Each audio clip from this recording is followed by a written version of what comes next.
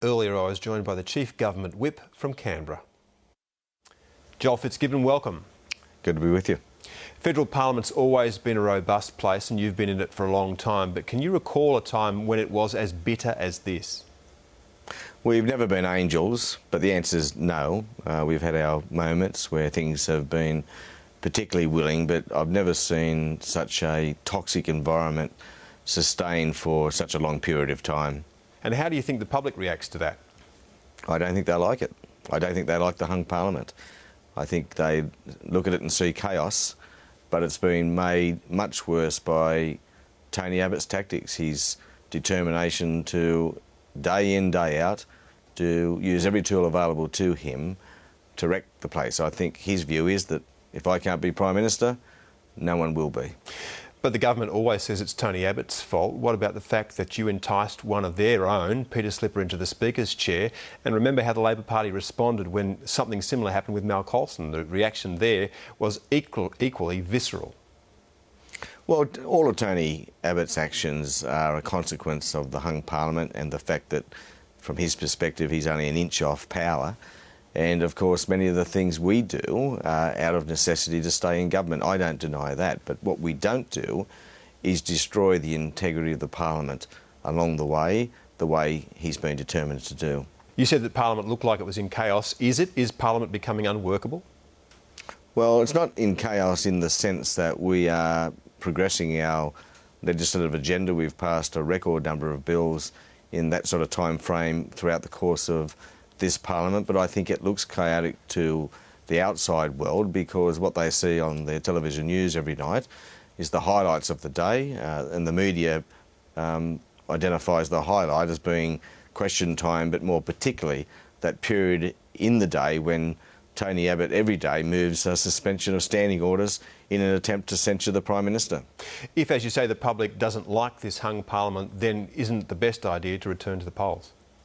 Well, not from our perspective, because we believe we are doing good things for the Australian community and for the Australian economy. And we're not going to deny ourselves the opportunity to continue that good work. What do you think about what you saw today with Craig Thompson's press conference, where he said that about the pressure that was being applied to him? Is this about trying to push someone to the brink? Are you worried about his health? I would be worried about anyone, any MP that has faced the sort of sustained attack that Craig Thompson has faced. And I think it would pay Tony Abbott well to go back and read again his own speech on the condolence motion for our past MP Greg Wilton, where Tony Abbott himself recognised that the toxic nature of the place has to change, and yet now here he is making it more toxic than ever before. Look, my view is that even if Craig Thompson was guilty of everything that's been alleged, the punishment he has received both in the Parliament and in the media probably is greater than that he deserves, given the nature of some of those allegations. You were close to Greg Wilton, weren't you? He died in 2000, in fact the only sitting MP ever to have committed suicide. Greg took his life, that's right, and we had a very, very long condolence debate in the Parliament, in which Tony Abbott did reflect on our behaviour and express regret that we haven't behaved better. And again, I think it would be instructive for him to go back and reflect on what he said then and maybe think about putting some of it into practice now. Has Parliament learned anything since those days, do you think? I thought we had.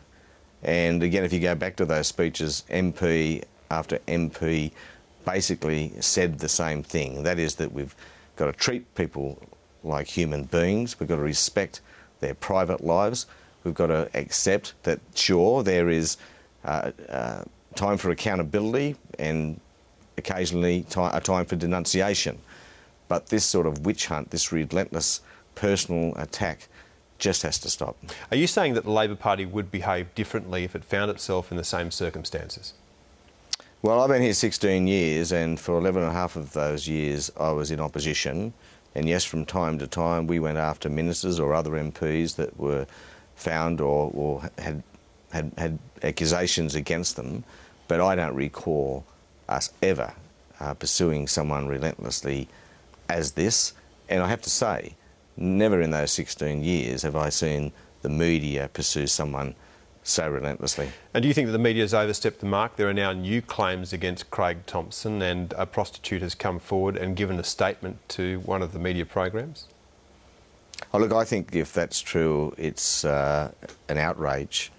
If you go around brothels offering $50,000 to $60,000 for someone to come forward, my view is that someone will eventually come forward, whether they've known Craig Thompson or not. I've just had a look at Tom Watson's book on what's taken place in the UK, and I fear we're becoming more like Fleet Street every day, and I think we should take a pause and take account of ourselves. The program in question, of course, says that it hasn't paid anyone for this particular story, and in the end, isn't Craig Thompson responsible for his own behaviour? Well, I made it clear that if the story is true, it would be disgraceful.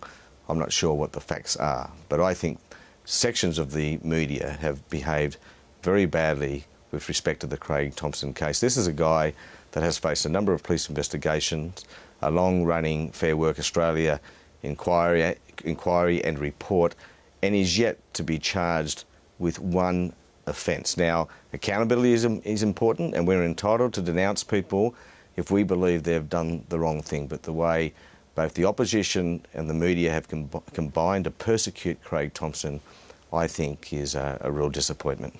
How much damage do you think that this whole affair has done to the Labor Party and the Labor movement?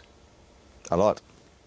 I think the hung parliament damages the Labor Party because people will see a chaotic atmosphere on a daily basis. I've always said that when question time is rowdy, it reflects badly on the government of the day, and the situation we have now is a bad question time on steroids. That's what they see on the 6 o'clock news every night, but we've got to focus on progressing our positive agenda, and we'll continue to do so. Joel Fitzgibbon, thank you. That's a pleasure.